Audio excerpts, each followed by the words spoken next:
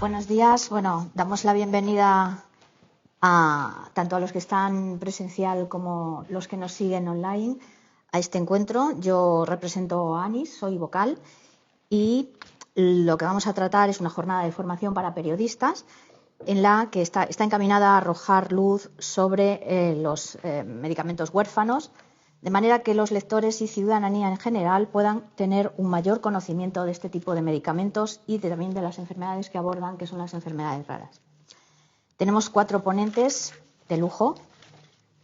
En primer lugar está a mi derecha la presidenta de la Asociación Española de Laboratorios de Medicamentos Huérfanos y Ultrahuérfanos, AELMU, María José Sánchez Losada. Después seguiremos con Juan Carrión Tudela, que es presidente de FEDER, la Federación Española de Enfermedades Raras. Seguiremos también con Jorge Mestre Ferrandiz, es economista de la salud y profesor asociado de la Universidad Carlos III. Y finalizaremos con Susana Navarro Ordóñez, que es investigadora de la Unidad de Innovación Biomédica del CIMAT, especializada en terapia génica. Y bueno, como ya hemos presentado, pues pasamos al primer ponente, que el tema sobre el que va a exponer es la situación de los medicamentos huérfanos en España, y va a correr a cargo de la presidenta de AELMU, María José Sánchez. Pues muchísimas gracias, Olga, y muchas gracias a la ANIS por organizar este encuentro y este momento formativo en un momento importante para los medicamentos huérfanos y las enfermedades raras. Yo sí que quería hoy intentar daros una idea de primero lo que son medicamentos huérfanos y también cuál es la situación de estos medicamentos a nivel europeo y en España, cuál es la situación actual. Entonces, no sé si vais a poner la PPT. Sí. Sí, ok. Vale, para que os hagáis una idea todos y empezar a sentar un poco las bases, un medicamento huérfano es un medicamento que se desarrolla ahora. Ok. A ver. Perdonad.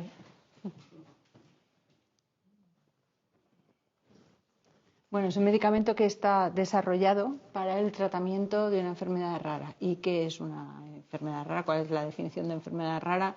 Según la Unión Europea, es una enfermedad que afecta a menos de 5 de cada 10.000 pacientes. Para que os hagáis una idea, en España 5 de cada 10.000 pacientes son unos 20 y tantos mil pacientes en España, que ya son unos cuantos. Y eso para una. Y tenemos muchas enfermedades raras, miles de enfermedades raras ya identificadas. La primera vez que se utilizó este término fue en Estados Unidos y es un término bastante reciente, en 1983, y se ha obviamente expandido por todo el mundo y también lo ha adoptado la Unión Europea. La mayoría de estos medicamentos que se desarrollan para estas enfermedades pues son medicamentos innovadores, muchos de ellos, la mayoría, de origen biotecnológico y que pues están destinados, como decía antes, a tratar pacientes con enfermedades raras o minoritarias, y muchas de ellas pues carecen de alternativa terapéutica. Afortunadamente, conforme tenemos un medicamento para una enfermedad, se conoce más de la enfermedad, podemos seguir desarrollando medicamentos para esa enfermedad, con lo cual cada vez vemos en el mercado medicamentos que sí que tienen alternativa terapéutica y que, pues cada vez hay opciones mejores para esos pacientes. Con lo cual, estos son evidentemente buenas noticias y avances, ¿no? La investigación científica en enfermedades raras pues sí, siempre supone un desafío desde todos los puntos de vista, y ahora también me extenderé un poquito más en los desafíos que supone también el desarrollo clínico de estos medicamentos. A día de hoy pues hay un número limitado de laboratorios o una parte de laboratorios grandes que se dedica también al desarrollo de estos medicamentos, pero la verdad es que se ha avanzado mucho. Y parte de este avance también se sentaron las bases en la Unión Europea para realmente facilitar el desarrollo de estos fármacos y creemos todos pues, que ha tenido un efecto muy positivo, como también veremos ahora en el número de fármacos que ya hay desarrollados y que ya hay para el tratamiento de estas enfermedades. Bien, el desarrollo, y también quería ponerlo encima de la mesa para que lo entendáis todos bien, pues genera una complejidad adicional a lo que puede ser la investigación y el desarrollo de otro tipo de fármaco, ¿no? Hay muchas enfermedades raras que son muy heterogéneas, es decir, que los síntomas no son absolutamente claros. Los pacientes, y seguro que luego Juan también lo explica, los pacientes la verdad es que tienen muchos años de ir de médico en médico, de hospital en hospital, hasta que realmente al final consiguen un diagnóstico. Es complicado debido en una parte a esta heterogeneidad, y también es que tener en cuenta que cuando un paciente con una enfermedad rara llega a un hospital, aunque sea un especialista, es muy probable que ese especialista no haya visto nunca un paciente con esa enfermedad, con lo cual es complejo. Para los proyectos de inversión clínica pues hace falta mucha inversión, evidentemente como para cualquier desarrollo, pero con todas estas barreras adicionales que nos encontramos cuando queremos desarrollar un medicamento para un medicamento huérfano. También nos encontramos con muchísimas cuestiones éticas que evidentemente tratamos con las agencias reguladoras, pues porque la mayoría de las poblaciones con las que tenemos que incluir, por ejemplo, en ensayos clínicos, en poblaciones pediátricas, y pues evidentemente las cuestiones éticas están siempre encima de la mesa. Como decía, el diagnóstico es complejo, ya lo he tocado antes, y hay muy pocos centros de referencia. El conocimiento de la enfermedad, de estas enfermedades, pues es muy poco, es muy pobre, ¿no? Conforme vamos avanzando más en el conocimiento de estas enfermedades, pues podemos poner a disposición de los pacientes mejores diagnósticos y también, obviamente, podemos desarrollar de una manera más ágil tratamientos. Luego también, para que os hagáis una idea, si tenemos que poner en marcha un estudio, ¿no? para evaluar un fármaco en una enfermedad rara, tenemos que en muchas ocasiones que buscar esos pacientes, ¿no? Porque si cuesta diagnosticarlos, pues imaginaos lo que cuesta también en muchas ocasiones encontrarlos, ¿no? Y esto es un problema adicional con el que nos encontramos para el desarrollo. Perdonad, me he pasado dos. Bien, actualmente, como veis, tenemos mucho trabajo por hacer porque el 95% de las enfermedades raras que ahora mismo están identificadas no tienen tratamiento. Con lo cual estamos, digamos, dirigiéndonos a un 5% más y se va abriendo evidentemente el abanico, con lo cual tenemos muchísimo que hacer. Pero bueno, la buena noticia es que por lo menos en ese 5% vamos trabajando y se va avanzando bastante, a bastante buen ritmo, como os quería explicar en esta diapositiva también. ¿Por qué? Porque hay ensayos clínicos que supongo que la mayoría sabéis lo que es, pero básicamente es un mecanismo de investigación porque se utiliza para determinar la eficacia y la seguridad de un fármaco. Entonces, en ese ensayo clínico y en las fases más avanzadas con pacientes que se incluyen en estos ensayos, pues bueno, pues se avanza. Y en España, en particular, pues la verdad es que somos un país con una tradición investigadora muy importante. Tenemos, la verdad es que unos investigadores fabulosos, decir, y los medios en los hospitales para hacerlo, y tenemos en este momento 225 ensayos clínicos. Bueno, en este momento, en los datos que tenemos de AELMU del año pasado, del informe que sacamos del año pasado, 225 ensayos clínicos en marcha el año pasado. Esto puesto en perspectiva en las enfermedades raras, y aquí viene la parte positiva, es que un 23% de todos los ensayos clínicos que había el año pasado en marcha en nuestro país son para enfermedades raras, son ensayos clínicos en enfermedades raras. Y además, durante la pandemia también siguió creciendo el número de ensayos clínicos que se pusieron en marcha y avanzamos en un 15% en el número de ensayos clínicos también durante la pandemia. Pues con todo esto también, y ahora os comentaré también los datos de acceso, evidentemente todo el esfuerzo digamos de investigación y regulatorio obviamente se hace para que estos fármacos lleguen a los pacientes. Y en ese punto es donde ahora sí que quería daros una foto de cuál es el panorama actual en España en particular, de cómo está el acceso a los fármacos, a los medicamentos huérfanos, ¿vale? Como veis, después de todo este esfuerzo de estos últimos años, en Europa tenemos 186 productos con nombre comercial, ¿vale? Es decir, con nombre comercial y denominación huérfana. De ellos hay 137, ¿vale?, que tienen autorización de comercialización en Europa. Entonces, esta es nuestra base europea, y de estos 137 a España se han pedido 116 código nacional. Ahora hablaré también, después de ese gap, de esos 137 a esos 116, que nos preocupa un poquito que haya un gap ahí, desde lo que se aprueba en Europa a lo que viene a España, ¿vale? Pero vamos a fijarnos también en los fármacos que tienen, de esos 116 que tienen código nacional, es decir, que ya se ha solicitado la autorización a nivel español y empieza el proceso de financiación, ¿vale? De esos 116 hay 59 financiados en nuestro país, es decir, es un 43% de los 137 que hay en Europa. Esta es la foto con los últimos datos que tenemos del último informe de AELMU que que está saliendo ahora.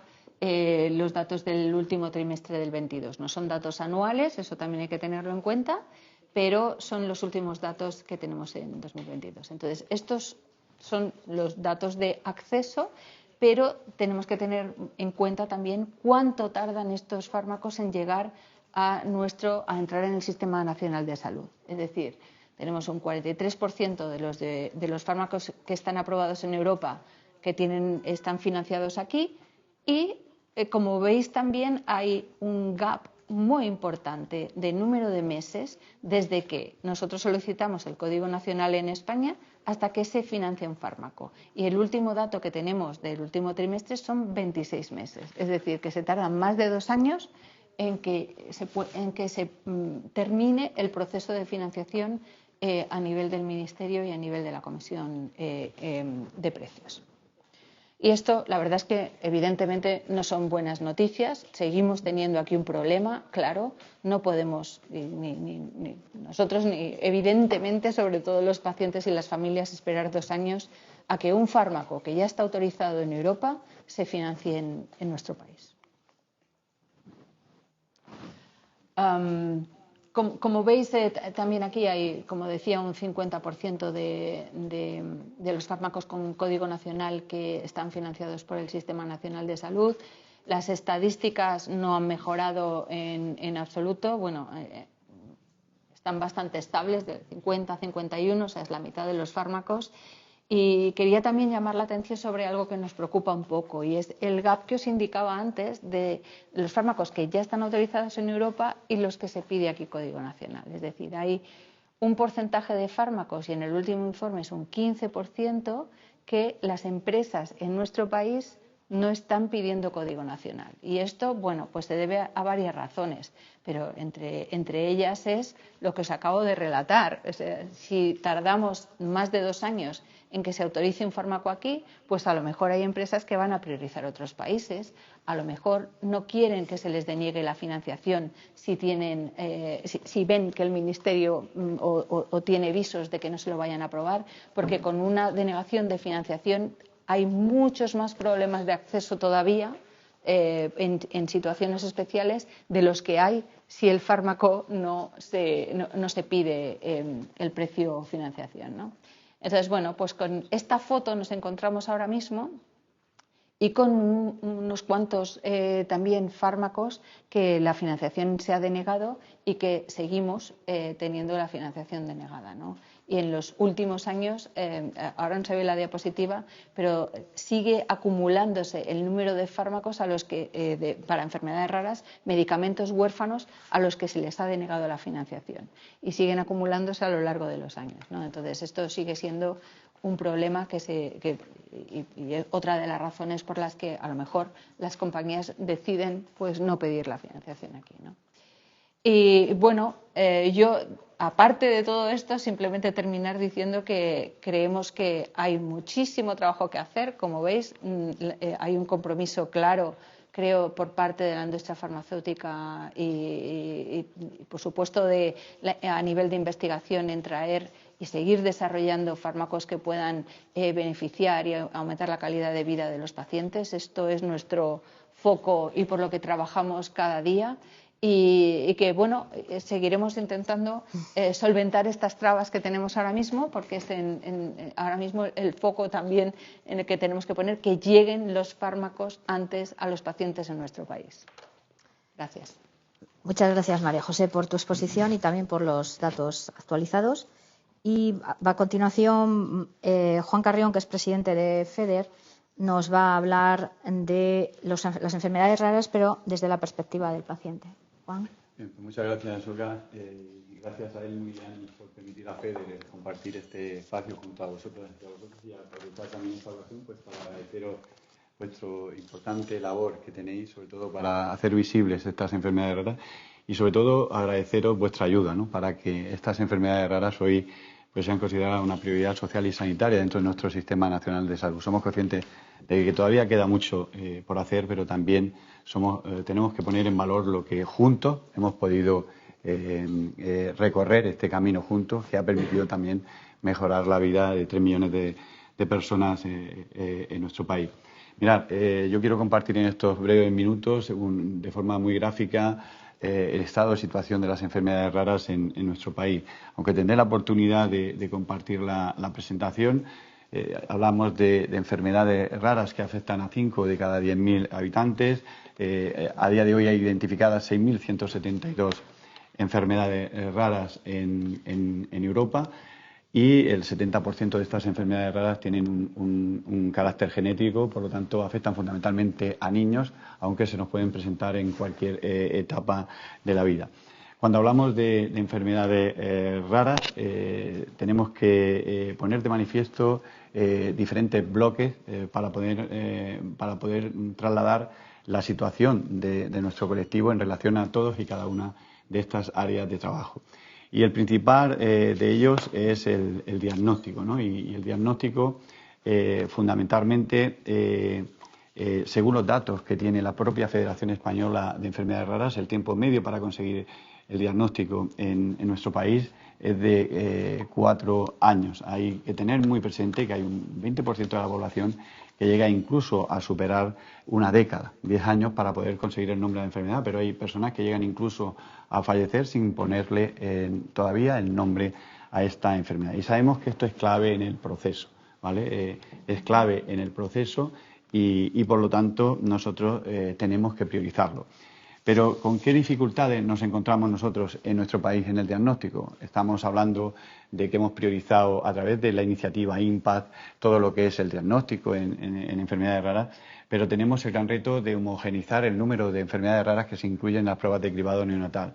Vemos como el Ministerio ha incorporado hasta 4 patologías más. En la actualidad son 11 enfermedades raras las que se incluyen en las pruebas de cribado neonatal, pero vemos como hay comunidades autónomas que incluyen hasta 40 y por lo tanto vemos diferencias entre unas comunidades autónomas y otras. Por lo tanto, tenemos que ser capaces también de garantizar la equidad también y ser capaces de homogeneizar ese número de enfermedades raras que se incorporan dentro de las pruebas de cribado neonatal, porque es clave también para el diagnóstico de enfermedades raras, como también lo es clave el que España deje de ser el único país en Europa que no dispone de la especialidad de genética clínica. Es decir, si realmente queremos hablar de lograr un diagnóstico precoz en enfermedades raras, pues uno de los pasos que tenemos que conseguir es precisamente el lograr que esta especialidad genética clínica sea una realidad.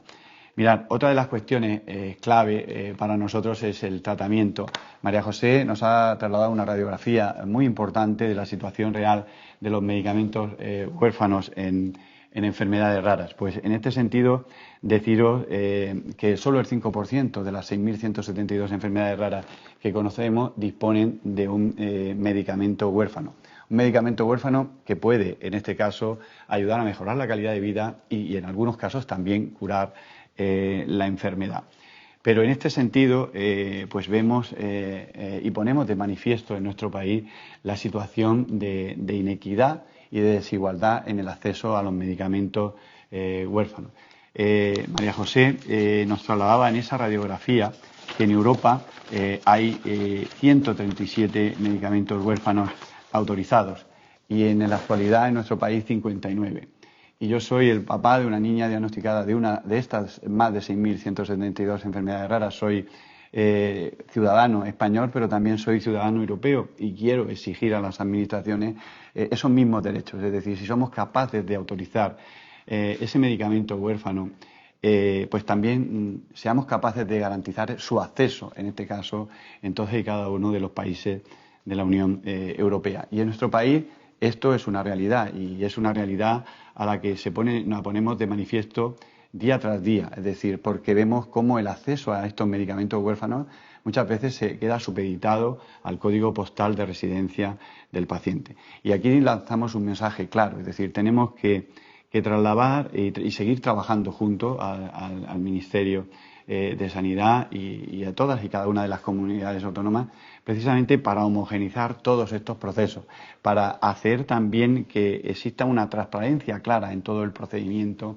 de garantizar el acceso a estos medicamentos huérfanos, que esos tiempos de los que también nos trasladaba María José, que tiene una demora incluso superior a los 2 años, eso no es posible, es decir, no debemos de permitir estas situaciones, porque al final el gran perjudicado de todas estas situaciones es el paciente, y mientras que eso ocurre, la situación del paciente se agrava. Y esto es algo que tenemos que poner de manifiesto. Y de igual forma tenemos que lograr también de manera conjunta buscar esa sostenibilidad. Es decir, tenemos que lograr y hemos puesto propuestas, tanto los pacientes como todas las partes implicadas, representantes de la industria farmacéutica, profesionales, expertos, para precisamente garantizar esa sostenibilidad, es decir, que haya esos presupuestos que permitan de forma global responder y garantizar la sostenibilidad y el acceso a estos medicamentos en nuestro país. Pues esto es otro gran desafío, otro gran reto que tenemos por delante y que yo quería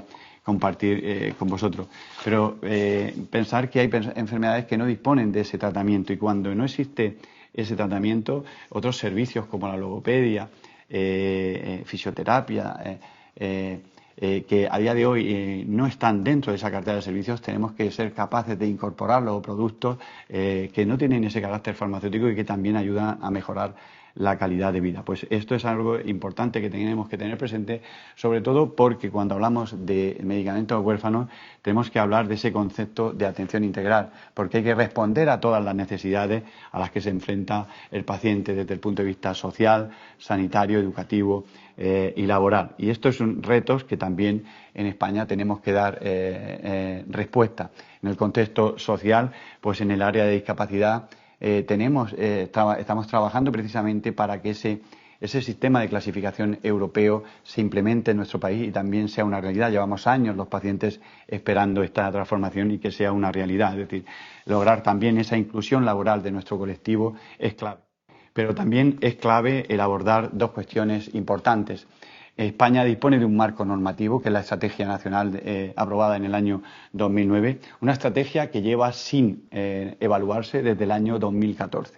Hemos trasladado este mensaje al Ministerio, se nos ha trasladado y se nos ha invitado a principios de este año ya a formar parte del comité evaluador, pero necesitamos un calendario y necesitamos también establecer una hoja de ruta que permita evaluar esta estrategia y que esto también permita implementar y evaluar todo el trabajo realizado en el ámbito autonómico, porque aquí tenemos situaciones diferentes y que también nos permiten comprobar esas situaciones diferentes en nuestras comunidades autónomas. Tenemos en nuestro país 6 comunidades autónomas que disponen de un plan de atención integral. Tenemos 3 que están ahora mismo en desarrollo de otro tipo de iniciativas de participación, y 2 concretamente, 2 comunidades autónomas que están desarrollando en la actualidad un plan de atención integral. Pues tenemos que lograr también vehiculizar que estos modelos de trabajo que ya se han implementado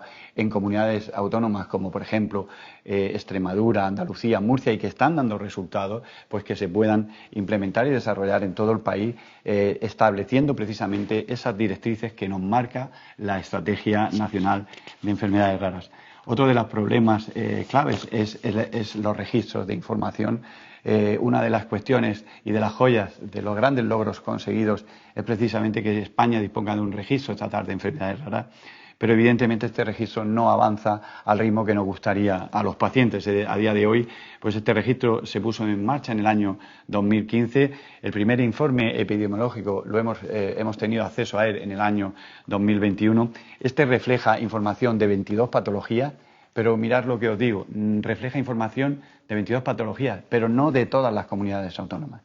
Y esto no es posible. Es decir, si tenemos un registro estatal, tenemos que ser capaces de compartir esa información, porque la información, si es compartida, va a ayudar a poder prevenir, va a ayudar a la investigación y nos va a ayudar, en definitiva, a poder mejorar esa atención y ese futuro tan necesario. Por lo tanto, esto nos refleja también un gran desafío. Y otra de las cuestiones claves, es decir, en la atención al paciente. España dispone de un modelo de atención especializado a través de los CESUR, de los centros y unidades de referencia. España dispone de 296 CESUR acreditados, de los cuales también 110 CESUR forman parte de esas redes europeas de conocimiento. Y en este sentido hay que compartir el conocimiento.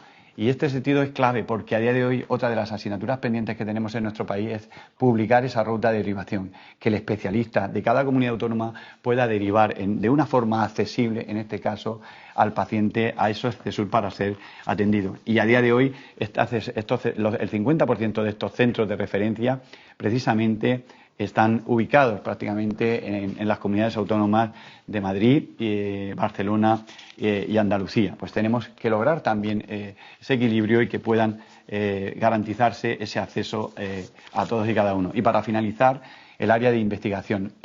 Solo el 20% de estas 6.172 enfermedades raras que conocemos dispone y están siendo investigadas. Solo el 20%. La investigación es clave para el futuro y la esperanza de 3 millones de españoles. España está lejos de esa media europea en la inversión en investigación. Está en el torno al 1,2% en la inversión de PIB. Pues necesitamos precisamente lograr una mayor inversión en investigación para poder contribuir precisamente a un mayor futuro y esperanza de nuestro colectivo. Pues esto es un poco, de forma muy esquemática, pues lo que en el día de hoy pues queríamos establecer como voz del paciente esa situación general de las enfermedades raras, con los grandes retos que tenemos por delante de garantizar un acceso en equidad y en igualdad a los medicamentos huérfanos en nuestro país. Muchas gracias. Muchas gracias, Juan, por esta visión global desde el punto de vista del paciente. Me ha gustado también que hayas incluido en el diagnóstico, ¿no? Sin diagnóstico, pues no hay tratamiento tampoco. El siguiente tema es sobre el sistema de acceso y financiación de los medicamentos huérfanos, y la exposición va a correr a cargo del economista de la salud, Jorge Mestre. Bueno, buenos días. Antes de nada, muchas gracias a Elmo y a Anis por la invitación de estar aquí. Estuve hace unos años en la primera y que te inviten, bueno, pues es un placer volver. Y yo quería hacer hincapié lo que ha dicho Juan sobre la prensa, que también quería daros las gracias. Yo creo que en España la prensa, también especializada del sector, hace un trabajo muy bueno. Como todo, siempre se puede mejorar. Y así que yo creo que estéis aquí, tanto online como presencial, demuestra que entre todos queremos llegar a soluciones porque ya nos han contado parte del desafío. Bueno, pero bueno, quería decirlo porque creo que es importante que estemos bien informados. Entonces, si pasamos a la siguiente, por favor. ¿Cuál es el objetivo de hoy? Bueno, es breve, en 10-15 minutos. Quiero ofrecer una panorámica de un poco del viaje, aunque ya se han contado varias etapas, de un medicamento huérfano, pero una vez autorizado por la EMA, ¿no? Con su autorización de comercialización, y dar una muy breve descripción de agentes y decisiones clave en este proceso, desde que se da la autorización de comercialización del medicamento huérfano hasta llegar a lo que llamamos, ¿no?, acceso al mercado, porque todos sabemos, como os he contado, que una autorización de comercialización no te asegura un acceso al medicamento por muchas razones, ¿no?, incluidos los medicamentos huérfanos, como hemos visto. Entonces sería el objetivo, si vamos a la siguiente. Entonces, lo que hemos visto a la izquierda tenemos muy al principio del proceso, ¿no?, cuando... espera, ¿podemos ir para atrás? Sí, va. Ah, vale. Tenemos... Se va a ir solo hasta el final y luego... Vale, entonces tenemos muy al principio del proceso de investigación lo que llamamos la designación del medicamento huérfano, que María José nos ha contado los criterios que no voy a entrar. Lo que sí que voy a decir que no solo es la prevalencia, sino también un problema de falta de incentivos, a no tener incentivos al desarrollar el medicamento huérfano, más allá de la baja prevalencia, ¿no? Entonces, muchas gracias. Entonces, pero eso es muy al principio, y hay muchísimas más designaciones de medicamentos huérfanos, hay miles, con medicamentos huérfanos con autorización de comercialización. Como hemos visto, muchas de esas designaciones de medicamentos huérfanos nunca, por muchas razones, por la ciencia, por razones económicas, por muchas razones, nunca acaban siendo medicamentos de autorización de comercialización, ¿no? Pero es importante hablar de cuando se designa un medicamento huérfano, no te asegura que, ojalá, ¿no?, los miles, seguro ese 95%, tampoco estaría en el 50%, pero bueno, estaría bastante mejor, pero eso es un problema. Entonces, una vez que tenemos la designación, ya se ha hablado todo se ha hablado un poco de la fase de desarrollo, ¿no?, y después tenemos lo que sería la autorización de comercialización por parte de la Agencia Europea del Medicamento. Una vez que se hayan hecho los ensayos clínicos, se presenta el dossier para la autorización de comercialización. Pues si pasamos a la siguiente, por favor.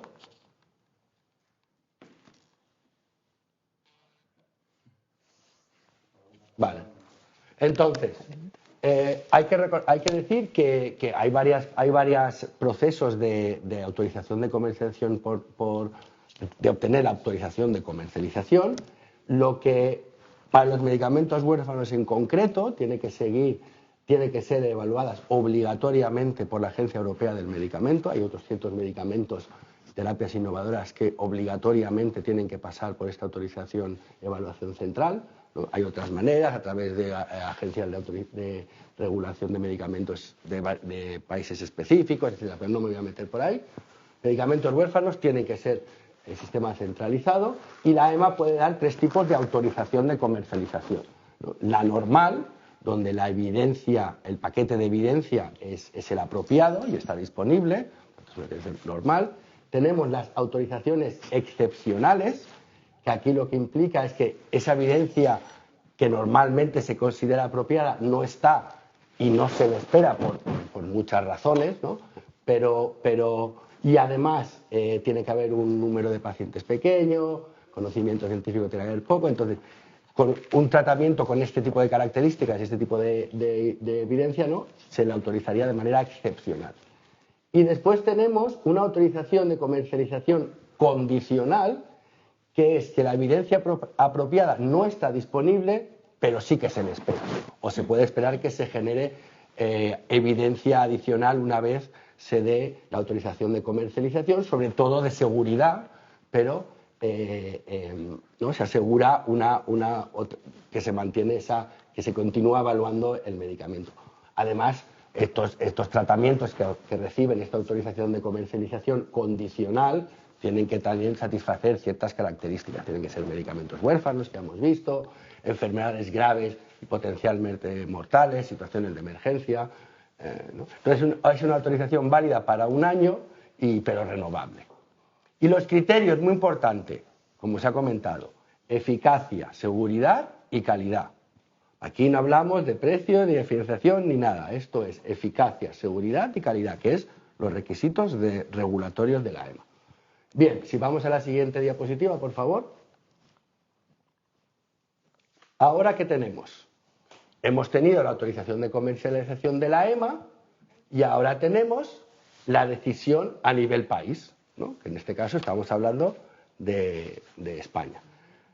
Y aquí podemos, dada nuestra casuística como país, ¿no? Tenemos que hablar de dos pasos.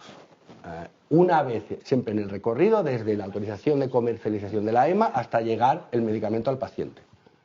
La ruta tradicional sería un primer paso, que es la negociación a nivel nacional con el Ministerio de Sanidad y con diferentes agentes de la decisión de precio y reembolso, ¿no? Que eso determina a nivel nacional a qué precio se financia y bajo qué condiciones.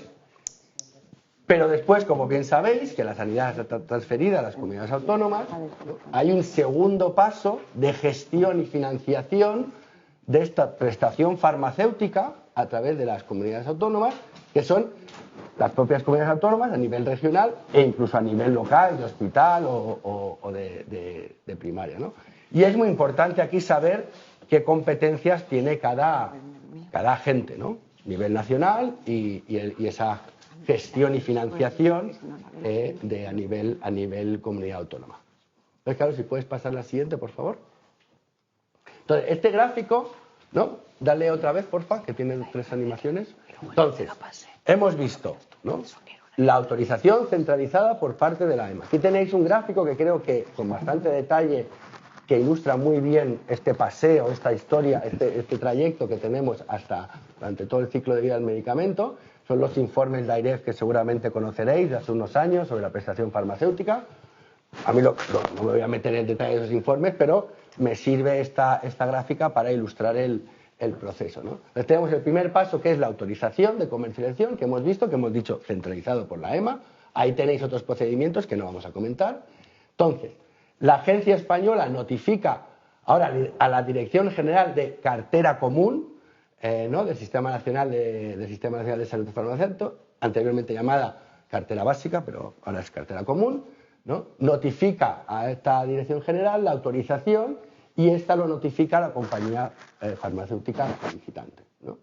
Entonces, para la presentación de la solicitud del precio por parte del laboratorio, del sponsor, tiene que presentar un dossier, ¿no? Un documento que tiene diferentes características, ¿no? y diferentes epígrafes, ¿no? Donde está la memoria, después hay información sobre el medicamento, la dosis, el mecanismo de acción, todo el tema de ensayos clínicos, propuesta de precio de venta laboratorio, epidemiología, previsión de ventas, una especie de benchmark en el sentido de precios de ese medicamento si lo hubiera en otros países,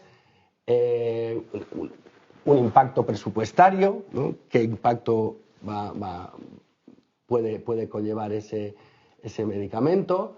Se pone ahí información I+D+I, no me quiero meter mucho al detalle, pero bueno, sí que aún es cierto que hay unos escandallos, ¿no? que tienen que mandar los laboratorios.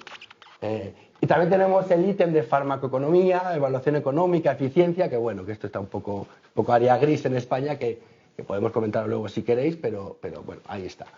Entonces, una vez que se tiene ese informe, los evaluadores, ¿no? del sistema público evalúan esos informes técnicos y aquí es donde se prepara, ¿no? el famoso IPT, ¿no? Informe de posicionamiento terapéutico, que es un elemento clave a la hora después de determinar la financiación y el precio de los medicamentos, incluidos los huérfanos, si hubiera un IPT, ¿no? Aquí la ley nos dice los criterios. Estoy de acuerdo contigo, Juan, esto de la transparencia queda muy bonito, pero hay que ser transparente también en los procesos y ser claro qué criterios utilizamos para financiar o no, y ya no decimos de qué peso tiene que tener cada criterio, ¿no? Pero sí por lo menos que se sepa. Sí que es verdad que se ha mejorado mucho ahora, que por lo menos ahora cuando no se financia, se presenta más información, un poquito más de información de las razones en base a esto que tenemos en el número 4 que viene de la ley, del medicamento, los criterios, ¿no? Entonces, una vez que se ha hecho este IPT, pues hay una negociación entre el Ministerio y la compañía farmacéutica solicitante, ¿no? Entre la Dirección General de Cartera. Y una vez que si hay un acuerdo, ¿no? A través de la Comisión de Precios, la CIPM, ¿no? Donde al final se decide si se financia o no y a qué condiciones, ¿no? Y esto sería, hasta aquí, sería, ¿no? Que a nivel nacional se ha decidido, o no, que el medicamento se financia públicamente y a qué precio, ¿no? Pero aquí no se acaba la historia, ¿no? Ahora seguimos con más procesos. En el punto 8 que vemos aquí, evaluación del medicamento, ¿no? De estos centros autonómicos de evaluación, tanto para medicamentos de dispensación de oficina de farmacia, de primaria, ¿no? Como medicamentos hospitalarios, hay unas evaluaciones adicionales por parte de estos comités autonómicos que, como hemos dicho antes, ¿no? Si la EMA no mira el coste ni el precio, porque su objetivo es eficacia, calidad y seguridad, ¿no? y son los países miembros los que financian, la analogía a ese EMA país lo tenemos en España con nivel nacional, nivel comunidad autónoma, porque sabemos que la comunidad autónoma son los que con sus presupuestos financian la prestación farmacéutica, ¿no? y sanitaria. Por lo tanto, las comunidades autónomas tienen sus propios procesos adicionales de evaluación, donde entra sobre todo una parte económica de impacto presupuestario, que eso al final es lo que va a determinar, al final, cómo se usan los medicamentos en este país, ¿no? Porque eso son decisiones, ¿no? más de gestión que hemos dicho en una de las diapositivas con el mapa de España, ¿no? Y después ya, dentro de 10 años o así, expira la patente, la exclusividad y entrarían genéricos. Entonces, si vamos a la siguiente, ya estoy acabando. Un resumen. ¿Le das otra vez, por favor? Entonces, lo que hemos comentado un poco sería el punto 1, ¿no? Eso el Ministerio de Sanidad, Consumo y Bienestar Social, que se fijan las condiciones de financiación y precio, pero, como decimos, luego tenemos las comunidades autónomas, con materia de prescripción, obviamente los médicos, la farmacia, los pacientes, ¿no? Por lo tanto, es un ecosistema, ya se la palabra ecosistema no sé qué significa, pero es un ecosistema muy complejo, con muchos niveles de decisión, con muchos agentes y, desafortunadamente, muchas veces los incentivos general no necesariamente pueden estar alineados entre todos los agentes y al final tenemos unos problemas que el paciente es el gran perjudicado porque vemos unos retrasos considerables. Que yo no digo que la decisión de precio y financiación sea muy fácil de realizar, también es cierto, porque hay muchas incertidumbres, pero yo creo que podemos mejorar y de hecho hay visos de mejora, yo creo, durante estos últimos años y ahora para que estos procesos sean un poco más transparentes y se mejore el acceso. Pues al final, como economista tengo que decir, bajo una restricción presupuestaria que tenemos, pero que yo creo que entre todos podemos mejorar. Muchísimas gracias. Muchas gracias, Jorge. Vamos a ir ya por la última ponencia. ¿Me pasáis la última ponencia es ciencia pura y es el futuro, las terapias avanzadas, y la corre a cargo de Susana Navarro, que es investigadora del CIEMAT. Gracias. Pues gracias, Olga, y bueno, sobre todo gracias por haberme invitado a esta jornada, que es muy interesante y yo creo que, como ha dicho Jorge, es la manera de dar visibilidad a las enfermedades raras y, bueno, pues en lo que me toca a mí, en la parte de investigación que estamos haciendo en España a este respecto, que yo creo que es el futuro. Y bueno, pues como has comentado antes, yo trabajo en la Unidad de Innovación Biomédica del CIEMAT. Ahí nos dedicamos sobre todo al desarrollo de terapias avanzadas y entonces os voy a intentar dar un poco una visión de cómo puede el futuro de los medicamentos huérfanos avanzar en este contexto.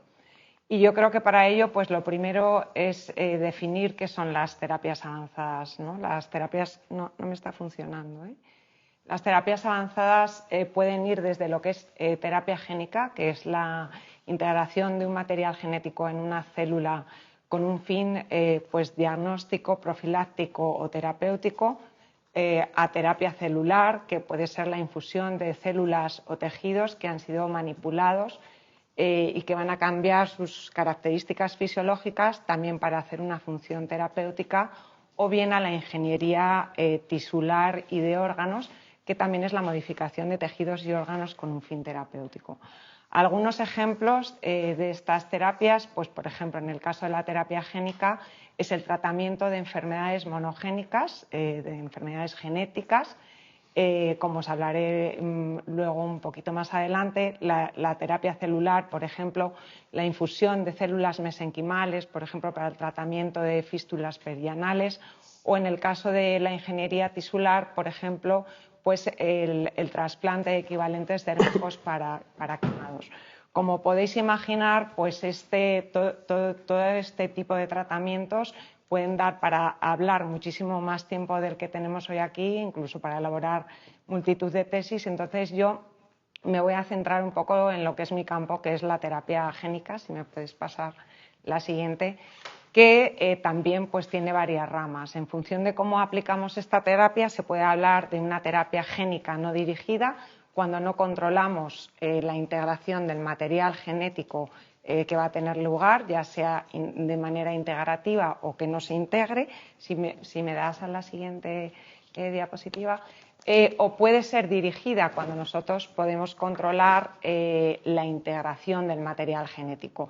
Y dentro de esta terapia pues también existen diferentes tipologías, algunas que tachan, como si dijéramos, la información genética, otras que reescriben la información genética en el lugar concreto donde está el defecto, u otras que lo integran en un sitio controlado. Si me pasas la siguiente, por favor. También en función del tratamiento que queremos hacer, pues las herramientas para introducir este material genético, que puede ser en forma de ADN, de ARN o de algunas proteínas que ayudan a la integración, pues son diferentes. Si me das a la siguiente, algunas de estas herramientas son los vectores, que nos van a ayudar a transportar esta información genética. Existen vectores no virales, que existe una gran variación y que, bueno, pues hasta la fecha no han sido muy eficaces, aunque a día de hoy se están desarrollando ya unos vectores no virales que son partículas lipídicas y que tienen una alta eficacia. Y bueno, lo que sí sabemos que es muy eficaz, y sobre todo a raíz de la pandemia, que tiene alta eficacia para interaccionar con las células dianas, son los virus, o en este caso los vectores virales, que son virus a los que se les ha eliminado la parte replicativa, pero que tienen capacidad de infectar a la célula y que de esa manera son muy eficaces en la introducción del material genético. Estos vectores virales pues se dividen en dos grandes grupos, si me das a la siguiente, en vectores adenoasociados o vectores adenovirales que no van a ser integrativos y que sobre todo se utilizan en la terapia génica in vivo, que es cuando el material genético se introduce directamente en el paciente y que se utiliza sobre todo para tejidos que no se replican, como por ejemplo pues el hígado, el músculo, el cerebro, en estas enfermedades que veis aquí, o vectores lentivirales, que si le das a la siguiente, se utilizan sobre todo en enfermedades donde los tejidos se replican mucho y que se aplican en la terapia génica ex vivo, que es la aplicación de esta terapia en células que se sacan del paciente y después se infunden en el paciente. Este tipo de terapia, que es en la que yo me voy a centrar, si pasas a la siguiente, es la que se aplica, por ejemplo, en enfermedades que afectan a la sangre, que es el caso en el que trabajo yo. Y la base de la terapia génica en enfermedades de la sangre pues, se fundamenta sobre todo en la gran jerarquía o la organización jerárquica del sistema hematopoyético, que es el que va a dar lugar a las células de la sangre, en el que a partir de una única célula madre, que sería la que está arriba de todos, pues van a generarse el resto de células hijas, de manera que cuando nosotros tenemos un vector lentiviral que permite la integración de la información genética en esa célula madre, esa información genética va a pasar a toda la jerarquía de la sangre, a todos los linajes de la sangre, y va a permitir recuperar todas las células sanguíneas. La terapia génica con vectores lentivirales en enfermedades hematopoyéticas o enfermedades de la sangre se está ya aplicando en una gran multitud de enfermedades, en inmunodeficiencias, anemias raras, hemoglobinopatías y enfermedades que afectan a diferentes tipos de la sangre. Si pasas a la siguiente, por favor. En nuestro laboratorio, en el CIEMAT, hemos desarrollado 3 de estos protocolos. Estamos en 3 ensayos clínicos globales, y la terapia génica no es, aunque se considera una terapia avanzada, no es algo nuevo. Comenzó en los años 90 con las inmunodeficiencias, en concreto con los niños burbuja, como podéis ver aquí en esta fotografía, niños que pues no podían hacer una vida normal, tendrían que estar completamente aislados debido a un defecto en sus células del sistema inmune, en los linfocitos, y en un primer ensayo de terapia génica con retrovirus se lograron eficacias terapéuticas, pero ha sido ya más en un futuro, si le das a la siguiente, cuando esta terapia demostró su gran eficacia, y de hecho en el año 2000 esta terapia se registró, siendo la primera terapia para células hematopoyéticas de terapia avanzada, y que a día de hoy ya se considera un medicamento. Si continúas en la siguiente, sin embargo, la terapia génica no ha tenido pues una vía fácil. Estuvo muchos años parada a nivel clínico debido a efectos adversos que fueron fundamentalmente leucemias, y que surgieron por el hecho de que los vectores integraban la información en genes que daban una ventaja proliferativa a las células que se habían infectado. Esto hizo que la terapia génica se parara en clínica durante muchos años, pero no se paró la investigación, dando lugar a vectores más evolucionados, y en el año 96, por ejemplo, el profesor Luigi Naldini propuso los vectores lentivirales como un método realmente más seguro, y se estudió mucho la integración, si das a la siguiente, de estos vectores en lugares más seguros, en lugares entre los genes donde no se afectaba la expresión de genes y por lo tanto no se daba una ventaja proliferativa, sino que simplemente se conseguía la expresión. Además, en estos vectores la expresión de lo que es el transgen, el gen terapéutico, no se producía por el promotor del vector viral, sino por un promotor interno, haciéndolos mucho más seguros. Eso ha hecho que a día de hoy, si das a la siguiente, como veis, existan una gran cantidad de ensayos clínicos que se están llevando a cabo. Estos son todos los ensayos en una revisión del año 21, donde se están viendo ensayos clínicos con vectores lentivirales. Como os he dicho antes, si das a la siguiente, nuestro laboratorio fue pionero aquí en España en el desarrollo de terapia génica para enfermedades hematopoyéticas y en concreto para el tratamiento de la anemia de Fanconi. La anemia de Fanconi es una enfermedad rara, bastante severa, que afecta en su mayoría a niños, y en el que no solamente están afectados algún linaje de la sangre, no solamente se produce una anemia, sino que están afectados todos los linajes de la sangre y en concreto la célula madre hematopoyética. Esto lo hacía una enfermedad especialmente difícil de tratar, puesto que la célula diana era la afectada, y entonces, por lo tanto, desarrollamos 2 ensayos clínicos, un primer ensayo de colecta de las células madre y un segundo ensayo para corregir por terapia génica en nuestro laboratorio, en la sala blanca de nuestro laboratorio, esas células y ser infundidas después en el paciente de manera muy importante sin que existiera un acondicionamiento previo, que es lo que se suele necesitar para que estas células prendan en el paciente.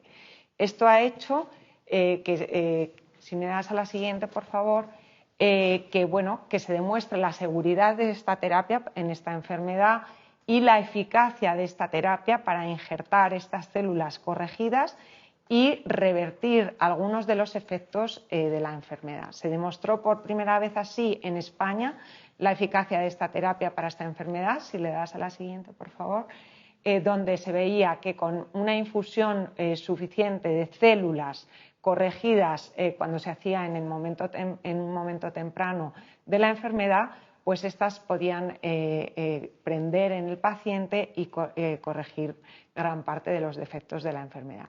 Esto ha permitido, si le das a la siguiente y le vas dando, bueno, pues el desarrollo de sucesivos ensayos clínicos en esta enfermedad, ya licenciados por una empresa farmacéutica, ya que en un determinado punto es necesario la entrada de financiación privada para que esto pueda pasar a la población, y esto también nos ha favorecido bueno, pues el coger una experiencia y pasar de ser un laboratorio de investigación básica o traslacional a poder llevar una investigación más aplicada a la clínica.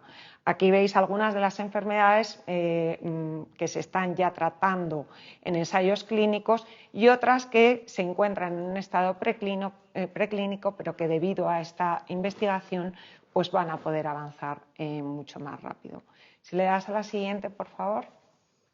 A día de hoy ya existen 3 fármacos desarrollados con vectores lentivirales y uno con vectores retrovirales. Y si me das a la siguiente, por favor, pero la terapia génica sigue avanzando. Lo que os he contado se centra sobre todo en terapia génica con vectores lentivirales, pero como os he dicho, existe una terapia génica dirigida en la que podemos controlar la edición del material genético, bien rompiendo la expresión de un gen, o como sería tachando un mensaje, o bien reescribiendo ese mensaje con tecnologías que están evolucionando de manera exponencial. Esto es lo que se conoce como edición génica. A día de hoy hay ya muchos ensayos clínicos, por ejemplo, en cáncer o en el caso del virus de la inmunodeficiencia a nivel de las enfermedades hematopoyéticas.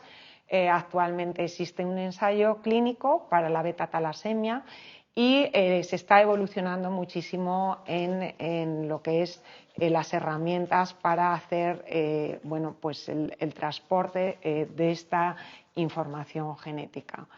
Y bueno, con esto termino. Si me pasas me pasas a la siguiente, pero sí lo que querría decir es que el futuro de lo que es los medicamentos huérfanos en terapia avanzada posiblemente no va a ser una línea recta, ya que es una terapia que a día de hoy es cara por la producción viral. Puede tener efectos adversos, como todas las terapias. Hay que trabajar en la eficacia, la seguridad, el coste. Están emergiendo muchas empresas. No va a ser una línea recta, posiblemente sea una línea discontinua, en el que yo creo que juegan un papel, si me das a la siguiente, muy importante la investigación, la interacción entre clínicos, investigadores y sobre todo las asociaciones de pacientes. Y bueno, pues esta es un poco la visión que quería transmitir y muchas gracias. Muchas gracias, Susana. Ha sido revelador tu exposición. Bien, pasamos a las preguntas. No sé si aquí presencial hay algún periodista. Sí que os agradecemos que nos digáis el nombre y el medio. Si tenéis medio o si sois freelance, pues freelance. Buenos días. José María López, director de Diario Farma. No tenía bastantes. Voy a intentar agruparlas para también dejar turno a mis compañeros. Bueno, en primer lugar, en relación con la legislación que está en revisión a nivel europeo e incluso a nivel nacional, Quería, pues bueno, tener una valoración de la estrategia farmacéutica europea, de qué influencia puede tener en el desarrollo y comercialización y acceso de los medicamentos huérfanos, también la revisión del reglamento de medicamentos huérfanos y luego en cuanto a la ley de garantías, pues cuáles son las demandas que desde el ámbito de medicamentos huérfanos se puede hacer, pues para mejorar principalmente el acceso y en materia de procedimientos y demás. Y luego también si, en relación con esto, si consideran que debería haber un procedimiento específico de financiación para los medicamentos huérfanos que acelere el acceso.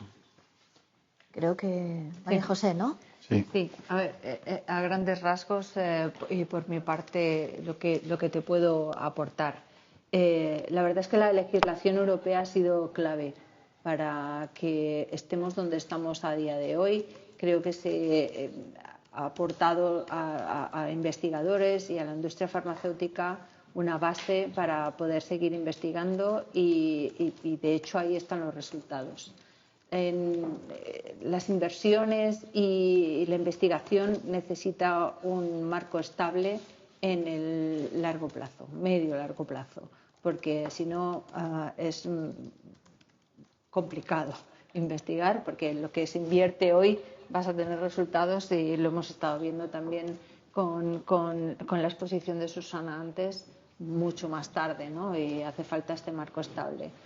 Ahora sí que, como decía, se está evaluando la legislación europea y nosotros sí que pedimos que este marco se siga ampliando porque hay mucho que hacer. Hemos visto que tenemos tratamientos para un 5% de las enfermedades, falta el resto.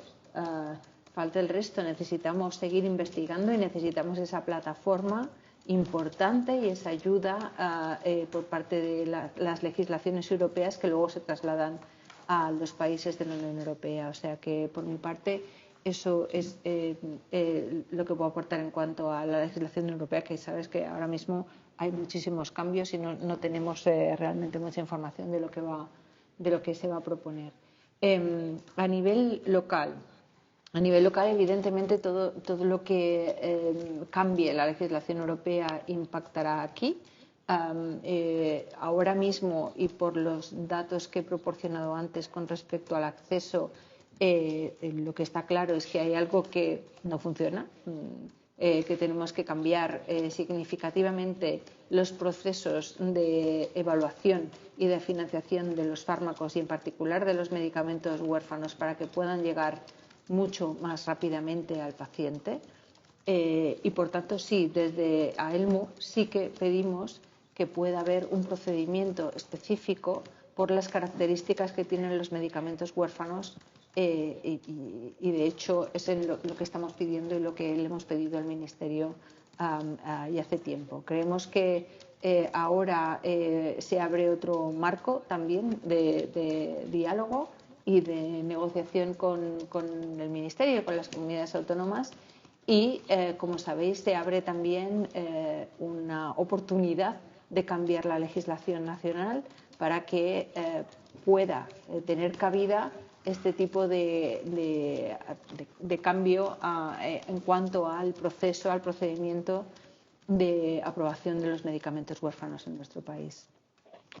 Yo simplemente compartir que los pacientes tenemos mucha esperanza en esa actualización del marco normativo, de esa estrategia de farmacia europea y sobre todo en ese nuevo horizonte, ¿no? que se vislumbra precisamente para ampliar ese número de enfermedades raras que a día de hoy no disponen de ese medicamento huérfano.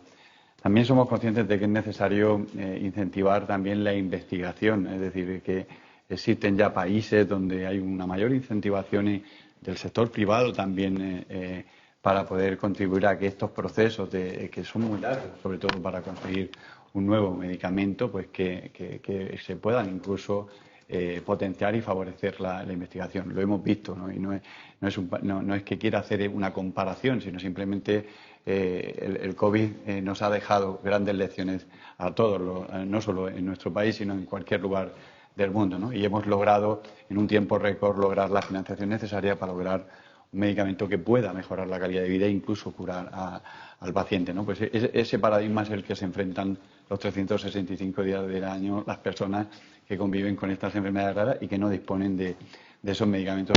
Y de igual forma, una vez que se marque esas directrices en el contexto europeo, evidentemente eso va a tener una incidencia en nuestro país importante y nosotros vamos a trabajar en esa misma línea desde los pacientes con el Ministerio, precisamente pues para que esos procedimientos sean transparentes, donde todas las partes implicadas puedan tener acceso y donde se pueda garantizar también una optimización del tiempo, ¿no? Porque el tiempo al final es clave, ¿no? para poder dar respuesta a las necesidades que el paciente tiene en lo que es la accesibilidad a un medicamento huérfano.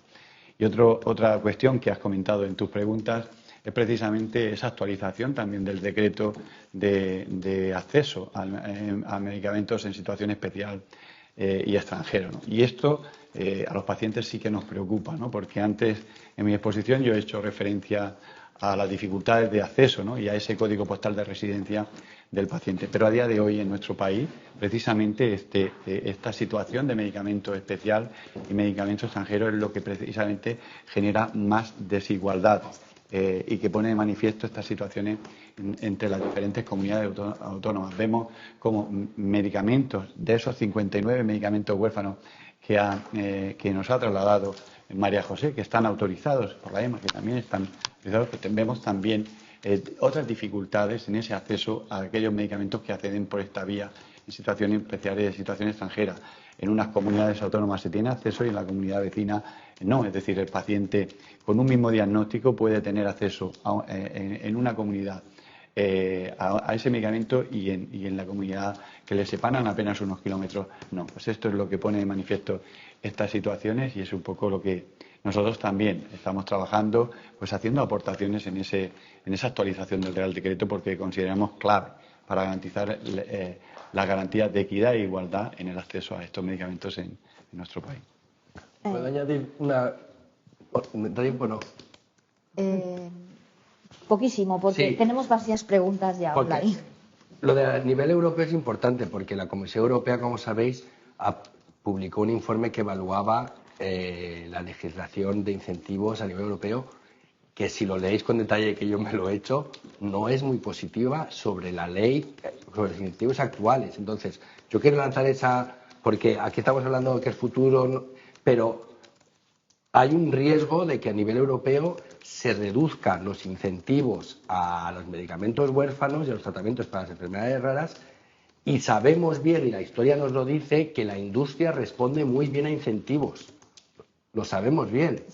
Responde bien a incentivos, pero y yo creo que los huérfanos, como se han diseñado bien hasta los incentivos, se ha respondido bien, pero si se revisan esos incentivos con algunos perjuicios, podemos no estar tan bien dentro de unos años. Y quería lanzar esa lanza porque creo que es importante. Vale, gracias, Jorge. La verdad es que sí, es una puntualización importante. Me parece que hay más preguntas presenciales. ¿Alguien más de los que estamos aquí? No sé, de los periodistas que han venido. ¿No? ¿No? Bien, pues entonces sí que online sí que hay preguntas y además algunas son de estudiantes, con lo cual está muy bien que quieran formarse en periodismo sanitario. A ver, una de ellas es de Carlos Ruano, de Freelance, y lo que dice es: ¿se podría plantear una reducción del tiempo de aprobación de medicamentos huérfanos si la Agencia Española de Medicamento toma la evaluación de la EMA como una evaluación farmacoclínica? No sé si quizá tú, ¿no? Sí. María José. A ver, tras la aprobación de la EMA, cada país tiene su procedimiento, con lo cual, como ha dicho Jorge antes, ha explicado muy bien y, por tanto, yo esto lo veo altamente improbable. Lo que sí que podemos hacer es reducir esos tiempos significativamente si el proceso se agiliza. Y hay muchas fases en ese proceso en el que se puede agilizar. Y es una cuestión de, obviamente, recursos y es una cuestión de organizarlo de otra manera. Luego se ha incluido, como también comentaba Jorge, la parte económica en ese proceso, que obviamente dilata también el procedimiento y Y bueno, yo creo que eso también está en evaluación en estos momentos, con lo cual vamos a ver cómo podemos agilizar desde todos los puntos de vista el proceso. Yo simplemente añadir que evidentemente yo creo que es positivo y además coincidimos todos de que es necesario reducir esos tiempos. Esa demora de más de 22 meses evidentemente es inviable y aquí tenemos que ser capaces de mirar a Europa, precisamente a otros países que establecen otros mecanismos, otros procedimientos, y me estoy refiriendo, por situar un ejemplo, por ejemplo, a Alemania, donde la fórmula y el procedimiento que permite, permite directamente garantizar un acceso y posteriormente evaluar eficacia, costes, es decir, en definitiva, creo que a lo mejor es importante mirar, revisar, ver esas buenas prácticas e intentar cómo poder implementar procesos similares en nuestro país que permitan reducir esos tiempos. Y perdona, Olga, como economista tengo que decir que hay que ser eficiente con el uso de los recursos públicos. O sea, que esto no es, que aquí no. Entonces, como no me he dado tiempo a dar en detalle, pero después de la autorización de la EMA, que viene la evaluación nacional, después hay varias evaluaciones adicionales que parten de la misma evidencia clínica de la evaluación de la EMA.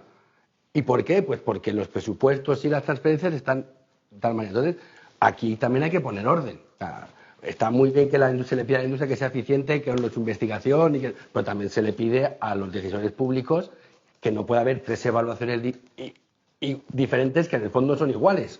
O cada una, incluso, se hace una evaluación incluso de peor calidad, como economista, la evaluación económica. Entonces, señor, esto hay que poner orden también. Entonces, Sí, sí. Yo solo por puntualizar también, y yo creo que es muy importante también lo que ha dicho Juan, ¿no? Tenemos que buscar un balance fundamental entre que se haga un procedimiento de evaluación eficiente, como dice también Jorge, y que el fármaco llegue al paciente lo antes posible. Y hay mecanismos en Europa, en otros países europeos, que no hace falta inventar nada, ¿no? Está todo hecho y tenemos ejemplos que podemos copiar pasado mañana y que funcionan, efectivamente. Entonces, lo que estás contestando es un poco lo que pregunta el siguiente, que es Manuel Torres, estudiante. Dice, ¿qué prioridades es necesario tener en cuenta para balancear el acceso a la innovación terapéutica y la equidad de los sistemas sanitarios? ¿cuánto tiempo tenemos? Pues nada, tendréis que hacer un resumen en clave de las prioridades. Hombre, centrando un poco en la equidad de los sistemas, ¿no? Es importante. Sí, a ver, la prioridad evidentemente es que los fármacos lleguen lo antes posible a los pacientes. Para mí es que está clarísimo, ¿no? ¿Y qué es lo que hay que hacer para eso? Pues lo hemos estado, yo creo que comentando a lo largo de la charla de hoy, ¿no? Y lo hemos comentado también en la respuesta a la pregunta anterior. Pues que las evaluaciones sean más ágiles, que sean más transparentes, que estén participando en esas evaluaciones también todos los interesados, porque no solamente una parte, no solamente la parte de la administración, tenemos que estar también pacientes, industria farmacéutica, que somos los que conocemos también más el medicamento en esa evaluación, y hay muchas ineficiencias, como comentaba Jorge, que podemos solucionar. Bien, pero también, lo siento. Y también esto es a nivel, pero necesitamos una decisión a nivel nacional, y lo digo en serio, ¿dónde nos queremos gastar el dinero? ¿Queremos más aves? ¿Queremos más turismo? ¿Queremos más educación? ¿Queremos más sanidad? Al final, el porcentaje del PIB que dedicamos a la salud no es gran cosa. O sea, yo pediría más y mejor. O sea, y el más nos cuesta, pero aquí hay que prioridad. Yo creo que sanidad debe ser una de las mayores prioridades. Claro, siempre. Y nosotros siempre decimos que las enfermedades raras tienen que ser una prioridad social y sanitaria dentro de nuestro sistema nacional de salud. Bueno, por cambiar un poco de registro, porque luego veo que hay más preguntas en la misma línea, pero por darle un poco una respuesta a Susana, pregunta Javier Gómez, ¿en base a qué decide qué enfermedad va a ser investigada para poder realizar una terapia génica? ¿Por qué una y no otra?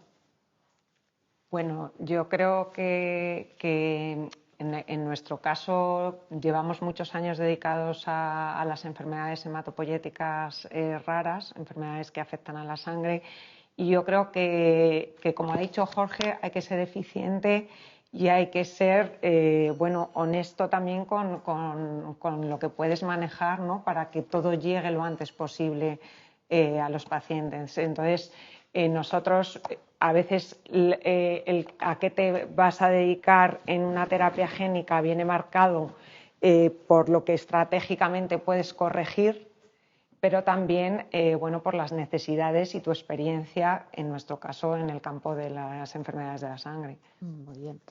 Y la financiación. Y la financiación, Seamos también sensatos. Por supuesto. A ver, María Durán, que es estudiante de la Universidad Complutense, dice: tras la pandemia, Europa y España han demostrado que es posible reducir los tiempos burocráticos en cuanto a la aprobación de procedimientos.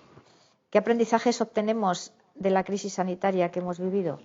¿Se puede llevar esto a...? Pues eso, lo he comentado Juan. Yo lo he comentado, yo creo que hemos puesto el ejemplo clave para ver cómo se puede optimizar los tiempos y además dar una respuesta muy necesaria para todos, ¿no? Pues yo creo que esa lección aprendida nos tiene que servir precisamente para responder, en este caso, a las necesidades a las que se enfrentan los pacientes con enfermedades raras.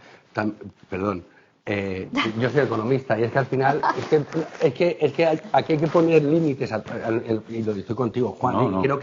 Y creo que se ha demostrado que hay una necesidad social donde a las enfermedades raras yo creo que hay evidencia que la sociedad quiere dedicarle ese extra versus no enfermedades raras. Y entonces tu argumento se defiende muy bien porque hay las preferencias sociales nos han dicho que eso es importante. Pero la lección del COVID es que, vale, la lección del COVID, pero es que nos hemos dejado el 80% del resto. Entonces, ¿por qué? Porque los recursos son limitados. Y sí, el sector privado-público puede y lo hemos visto, casi de la noche a la mañana, mover inmensos recursos físicos, humanos y de todo, y económicos, de un sitio a otro, así. Pero claro, pero no significa que la tarta sea 18 veces más grande, todo lo contrario, más bien menos dinero. Entonces...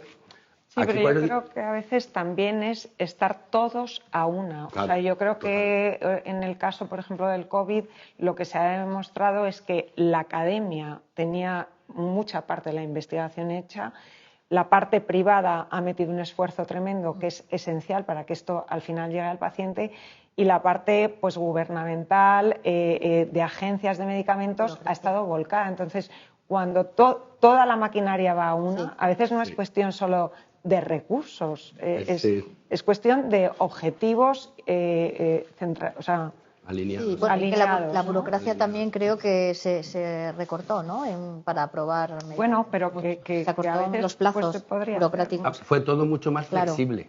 Claro. Básicamente. Pues esa flexibilidad, y como tú decías, y te recojo la palabra prioridad, es decir, porque al final alguien tiene que decir aquí, esto es una prioridad, vamos a ver cómo repartimos esa tarta de la que tú dibujas, ¿no? Es decir, porque al final los recursos son los que son, pero evidentemente si queremos dar respuesta tenemos que hablar de prioridad. Sí. Y estoy convencida, Jorge, que si preguntamos a cualquiera, en cualquier país de Europa, estaríamos todos de acuerdo en que una de las mayores prioridades número uno es la salud de todos los europeos y por igual. No es que en un país tengan mejores accesos y en otro peor, y sobre todo ya dentro del mismo país tener mejor y peor acceso dependiendo de dónde vivas, ¿no? Como decía Juan antes. Bueno, esto yo creo que... De hecho, la estrategia europea, según lo veo yo, el factor clave que los lleva adelante es la desigualdad en el acceso a los medicamentos. ¿Por qué? Muchas razones, no vamos a entrar en detalle, pero eso es la clave. Entonces, también tener Europa que mueva, intentar, ¿no? Y la patronal europea que ya ha puesto encima de la mesa una propuesta de intentar que todos los medicamentos lanzados en Europa estén disponibles en toda Europa no sé si fue 1 año o 2 años. Eso la industria nunca lo había hecho jamás y se está comprometiendo una cosa que económicamente y todo es muy compleja. Entonces, bueno, aquí también entre todos yo creo que nos estamos alineando mejor. Aún no estamos ahí, pero estamos llegando, yo creo. Yo creo que la Administración tiene un horizonte clave y también para dar respuesta a todas las cuestiones que estamos poniendo encima de la mesa, y es que España va a presidir la Comisión Europea el próximo año, entonces tenemos todos por delante. También tenemos ahí un reto clave y que también puede responder a todas estas necesidades. Bien, la última que es de Dina González, que es autónoma, me pone, y dice, ¿cómo se podría, la verdad es que es interesante esta pregunta, es conciliadora, ¿cómo se podría fomentar e impulsar el diálogo entre la industria, los pacientes y la ciencia, que están los tres aquí en la mesa, ¿no? Para mejorar la asistencia de los pacientes con enfermedades raras? Pues mira, lo primero que habría que hacer aquí es, desde el punto de vista del paciente, posibilitar que el paciente pueda tener la oportunidad de participar en todas las partes del procedimiento. Es decir, al final lo que esta compañera nos traslada es ella misma responde. Es decir, si somos capaces de establecer una mesa de diálogo en donde todas las partes que tienen que tomar y pueden opinar están presentes, vamos a poder mejorar ese futuro. Pero yo creo que es importante que también generemos mecanismos que permitan también al paciente participar en esos procesos. ¿Ellos tienen preguntas? Sí. Otra vez, José María de Diario Farma. Habéis comentado que hasta un 15% de medicamentos no solicitan código nacional en España por problemas que tiene, principalmente, entiendo, por la existencia de la resolución la resolución expresa de no financiación, que dificulta el uso de medicamentos en algunos sitios. Pero lo que se está produciendo son desigualdades, las que denuncia siempre Juan, que en algunos sitios se acata, por así decirlo, y en otros se considera que hay autonomía por parte de hospitales y comunidades autónomas. Quería ver un poco cómo valoráis la existencia de esa resolución expresa de no financiación y qué consecuencias tiene. Y también relacionado con lo que ha dicho Jorge Mestre de la obligatoriedad de comercialización en todos los países europeos de los medicamentos que se autoricen, que también puede tener, según las redacciones iniciales de la estrategia farmacéutica, pues algún problema de cara a la industria. Quería ver un poco ese planteamiento también, cómo lo veis ahora.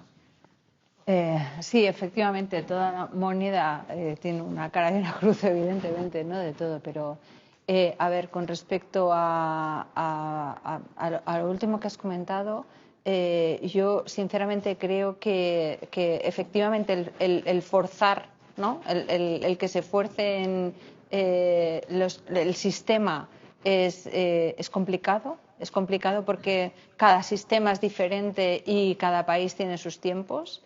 Entonces ahí también nosotros, pues evidentemente, si en un país vas a tardar 2 años en tener el fármaco disponible, de media estamos hablando, y en otro país lo tienes inmediatamente, pues vas a poner los recursos también, efectivamente vas a poner los recursos donde más rápido lo vas a tener.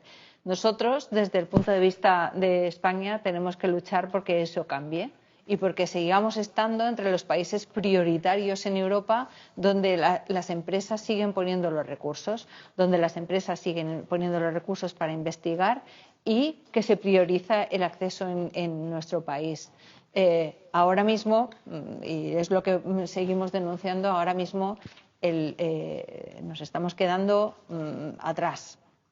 Y esto yo creo que cada uno en nuestras posiciones tenemos que luchar contra ello y es lo que también denunciamos y ponemos encima de la mesa. Necesitamos seguir en los top 4, 5 países europeos que podemos comercializar los fármacos de una manera más rápida. Necesitamos seguir estando ahí y las empresas necesitamos seguir invirtiendo en nuestro país. Esto por un lado. Y después, la obligatoriedad, pues evidentemente pues condiciona también las decisiones a nivel de cada Estado. Y bueno, ahí, aparte de la industria farmacéutica, que te obliguen a comercializar un fármaco donde no se dan las condiciones a nivel de negociación con la Administración, pues es un poco complicado. Pero bueno, sí. A ver, la financiación expresa de no financiación se produce, habría que mirar caso por caso, por un lado, pero se produce en algunos casos, por ejemplo, donde no se llegan a acuerdos con la Administración o donde no se llegan a acuerdos con la Administración. Entonces, ¿qué es lo que ocurre? Que antes sí que hemos tenido una vía de que los pacientes pudieran tener acceso a estos fármacos. Ahora, y hubo un escrito que se envió a todas las comunidades autónomas y a todos los hospitales para, digamos que en el que se explicitaba en el que esto no era legal. La inversión, básicamente, de recursos del Estado, la inversión de recursos del Estado en medicamentos que tenían una financiación denegada, ¿vale? Entonces nosotros tenemos que seguir trabajando en que eso no ocurra, evidentemente, y poder tener un diálogo abierto y transparente con las autoridades sanitarias para que los fármacos que están autorizados en la EMA no tengan resoluciones de no financiación aquí, porque tampoco tiene mucho sentido. Esta resolución de no financiación, precisamente lo que ha generado son también esas situaciones de inequidad y desigualdad que hemos ido comentando y que tenemos ejemplos en las diferentes comunidades autónomas. Y esto es la realidad que a día de hoy tenemos en nuestro país, ¿no? Es decir, y también pues eso unido a la accesibilidad al medicamento en situación especial o extranjero, pues también nos genera también pues esas situaciones que todavía se agravan y que a día de hoy pues no tienen respuesta en nuestro país. Voy a hacer otra pregunta, si me permitís. A ver, esto quiere decir, por ejemplo, no lo sé, que una familia que viva en Castilla y León tiene menos acceso a un medicamento huérfano que el que viva en Madrid, pregunto, ¿o no? Bueno, el ejemplo, podemos poner un ejemplo. Hablamos de un medicamento huérfano que tiene la autorización, en este caso en Europa, que a día de hoy en nuestro país no dispone de esa autorización y que tiene la posibilidad, en este caso, de acceder por otra vía. ¿En Francia? No. En nuestro país tiene la posibilidad de acceder por otra vía, por ejemplo, como en situación especial o medicamento extranjero. Pues vemos que en unas comunidades sí, en otras comunidades no. Es decir, y esto genera desigualdades. Pero tenemos también otros ejemplos en nuestro día a día que vuelven a generar esas situaciones de inequidad y desigualdad. Pero Juan, para dar más a lo que dice Olga, si tú no tienes una decisión nacional, el problema es que estas decisiones son a nivel paciente. Entonces, tú haces la solicitud para señor, quien sea o señora.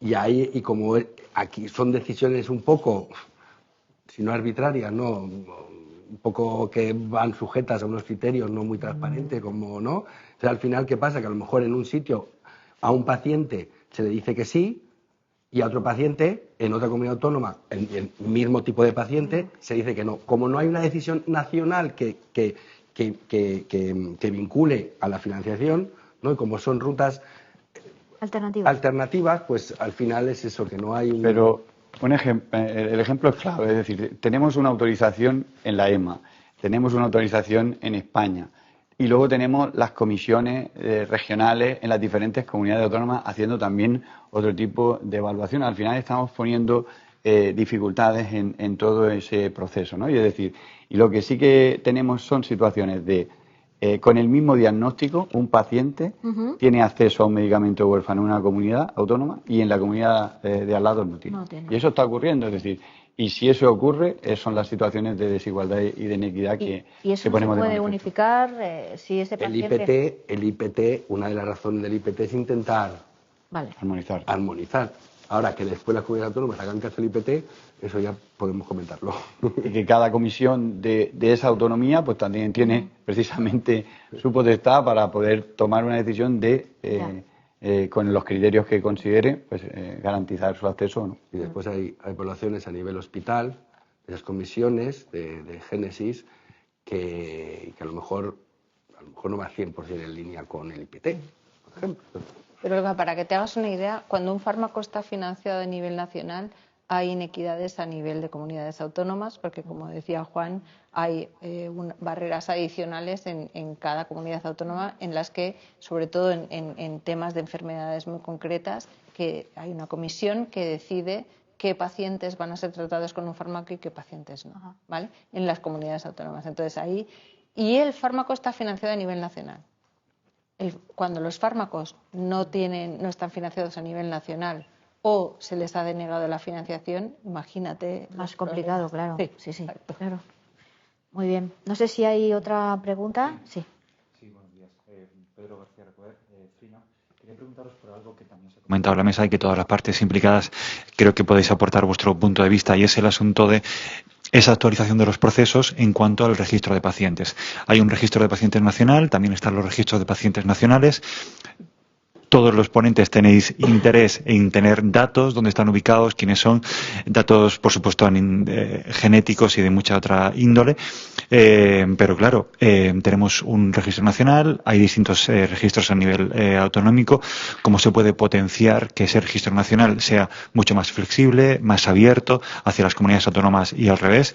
Que los médicos que atienden a los pacientes con esas enfermedades poco frecuentes puedan trasladar y compartir esos datos esenciales para investigadores, entidades de pacientes, el propio ministerio, porque en definitiva tampoco hay datos reales de cuál es el número de pacientes con una determinada enfermedad poco frecuente, y sobre todo que a la hora de que los grupos de investigación busquen a los pacientes hay que saber dónde están y tenerlos localizados. ¿Hay manera de articular esos procesos? Bueno, yo creo que, gracias Pedro por la pregunta. La opinión que te trasladamos es decir, yo creo firmemente que la información está dentro del sistema.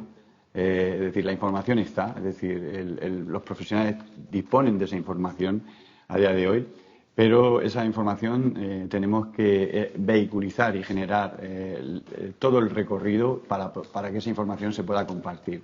La creación del registro estatal y de los sistemas de información con carácter autonómico que se implementó en nuestro país, es decir, que en todas las comunidades autónomas existan esos sistemas de información de enfermedades raras que identifiquen ese número de pacientes con enfermedades raras, es una realidad en nuestro país, pero las dificultades que nos estamos encontrando es precisamente cuando esa información que existe en un sistema de información autonómico se tiene que volcar en lo que es el registro estatal de enfermedades raras.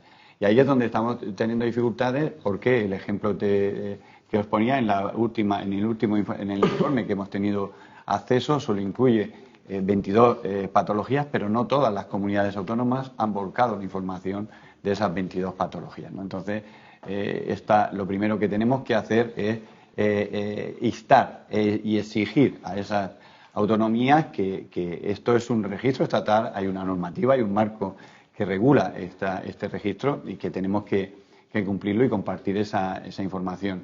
Y luego, evidentemente, pues también aquí y volvemos otra vez a ese matiz, ¿no?, de que son los recursos económicos. Es decir, al final el sistema tiene que garantizar los recursos necesarios de los cuales se tienen que nutrir estos sistemas de información, pues precisamente para que puedan canalizar y vehiculizar toda esa información y compartirla, ¿no? Porque nosotros también nos hemos encontrado con ejemplos en autonomía donde apenas se ponía financiación para que un sistema de información contase con unos recursos humanos mínimos para poder obtener esa información. Y sin eso, evidentemente, pues es realmente difícil esta tarea. Pero yo creo que aquí requerimos un acuerdo político. Sí, porque el famoso COVID, que parece que ya no está, pero que aún no, la imagen de España con los datos de la COVID, creo que no ha sido la mejor. Hemos mejorado mucho al final, pero que en la cuarta o quinta dosis, aún se estaban peleando la gente por Twitter si eran unos números o eran otros, y que esta comunidad autónoma no respondía, y que de repente una comunidad autónoma daba unos datos y había un pico de no sé qué. Sí. A nivel, es un extremo, pero eso es lo que queremos para los medicamentos, para las enfermedades raras, un sistema nacional. Y si nos cuenta un poco la prescripción electrónica que sea global a través, pues, registro de datos, pero pues yo creo que aquí las prioridades al final hay que lanzar un mensaje muy claro, que Las autoridades públicas se tienen que mojar y ese es su trabajo, les guste o no, si no, que no se metan. Pero tienen que tomar estas decisiones y hay que priorizar. Ya sé que es más fácil decirlo desde la academia, ¿no? Desde freelance, pero bueno. Pero totalmente de acuerdo. Voluntad política y, como antes decía Susana, que todos se alineen. Porque, a ver, el objetivo final es el bienestar de los pacientes y el bienestar de todos, al final, de los pacientes y de las familias. Y que también, y para llegar a eso, que se pueda investigar, que sepamos dónde están los pacientes, etcétera, y que se diagnostiquen mejor, que estén todos los datos en... Pero vamos, si no se pueden compartir los historiales clínicos de personas, yo creo que de una comunidad autónoma a otra, imagínate esto. Claro, yo Es creo voluntad. que es un tema complejísimo porque, o sea, una cosa es tener un registro, sobrepasar todas las limitaciones administrativas que son ahora mismo un bloqueo absoluto, pero luego un registro tiene que ser algo vivo, ¿no? Mantener totalmente actualizado, que puedas meter datos y compartirlos en el momento. Yo creo que mientras haya un celo de mantener las historias clínicas guardadas, no compartir, o sea, es muy difícil. No existen además figuras ni a nivel de ciencia ni a nivel clínico de mantenimiento de registros todavía en España. Es algo en lo que estamos, yo creo, inmaduros y que es un tema dificilísimo, que sería clave, pero que conseguir que funcione a tiempo real, pues es algo realmente, lo veo dificilísimo. Y ahora piensa a nivel de tecnología si esto es factible o no. Absolutamente sí. Absolutamente sí. O sea, que hace falta voluntad realmente política y alineamiento de recursos para hacer. La ley de protección de datos tenga algo que ver en esto, ¿no? Bueno, yo os agradezco a todos los ponentes. Ha sido muy nutritiva, informativamente hablando, este seminario de formación. Los datos que ha aportado María José son bastante significativos, ¿no? Nos estamos quedando un poco a la cola de la financiación con respecto al resto de países. También la parte de los pacientes, ¿no? Que hay una falta de equidad en cuanto al acceso, ¿no? Y bueno, pues la ciencia ha puesto su punto de esperanza, ¿no? en el tratamiento.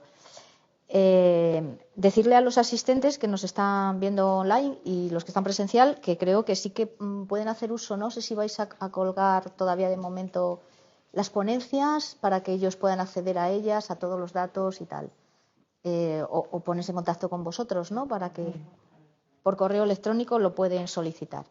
Y nada más, muchas gracias a todos por la asistencia. Ha sido un placer. Gracias.